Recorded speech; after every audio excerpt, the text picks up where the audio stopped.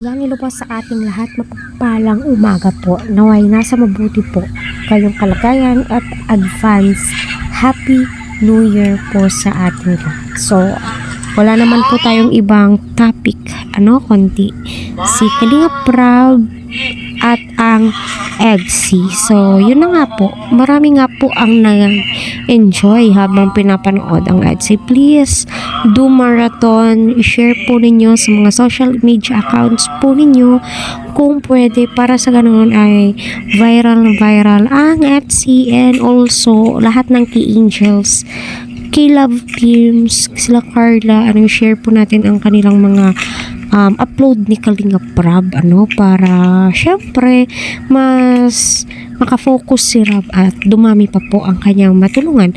And aside sa mga beneficiary po niya, hindi naman po lingid sa ating kaalaman na scholar po sila. So, saan kukuha si Kalinga Prab ng mga expenses niya kung hindi po natin sila tutulungan at saka sa hindi pag-skip ng ads, and mostly kapag pinanood po natin yung video intro hanggang dulo, ay naku, swak na swak po yun. Lalong-lalo na kung marami din po tayong accounts. So yun, sa Facebook po, alam niyo ba, walang ibang laman kundi si Viancy at saka si Ads. Grabe, ang ganda ni Viancy, my God. Bagay na bagay po talaga sa kanya yung curly hair, Kung napapansin nyo, yung curly hair po yung wow. Parang magkaedad lang po si Viancy at saka si Edo that time. Sinabi ko lang.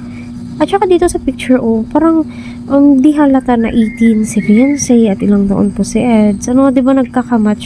Alam naman po natin na ganun po talaga. May mga basta mga panganay na napapansin ko is parang nagmamatured po talaga sila, diba? So, yun na nga po, totoo nga ba yung mga napanood po natin? Kasi madami nagsasabi, ay naku, yung muntikan ng halikan ni Ed, si Viancy, tila EI daw to. EI daw po yun, di naman po totoo. Yes, totoo naman po talaga na napaka-sweet ni Edo at saka ni Viancy. So, sino ba naman ang hindi kikiligin, diba?